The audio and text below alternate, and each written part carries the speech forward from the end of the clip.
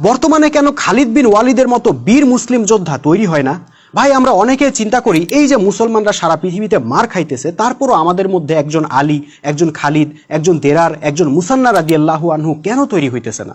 সাহাবীদের যুগে একজন খালিদ রাদিয়াল্লাহু আনহু রোমান পারস্য সাম্রাজ্যকে একাই ধরাশায়ী করে ফেলছিল, কিন্তু এখন কেন আমরা কোটি কোটি মুসলমান শুধু মার খেয়ে বেড়াচ্ছি? কেন মুসলমানদের রক্ষাকারী কোনো বীর যোদ্ধা তৈরি হচ্ছে না? ভাই, এর অনেক কারণ আছে, তবে সবচেয়ে বড় কারণটা কি জানেন? বড় কারণ হইল সাহাবীদের যুগে ইসলামটাই ছিল সংগ্রামের ইসলাম, লড়াইয়ের ইসলাম।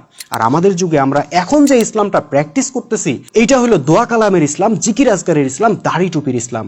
সাহাবীদের ইসলামের সর্বোচ্চ গুরুত্বপূর্ণ আমল কি ছিল জানেন? দিন প্রতিষ্ঠার সংগ্রাম। আর আমাদের প্রচলিত ইসলামের সর্বোচ্চ গুরুত্বপূর্ণ আমল কি? দাড়ি, টুপি, জোব্বা, ঢিলা, কুলুক ইত্যাদি। সাহাবীদের ইসলামের সবচেয়ে বেশি মর্যাদা ছিল শহীদদের জন্য, আর এখনকার ইসলামের সবচেয়ে বেশি মর্যাদা হচ্ছে মুফতি মাওলানাদের জন্য। সাহাবীদের ইসলামে বড় জেহাদ ছিল দিন প্রতিষ্ঠার জেহাদ, আর এখনকার ইসলামে বড় জেহাদ হইল নফসের বিরুদ্ধে জেহাদ।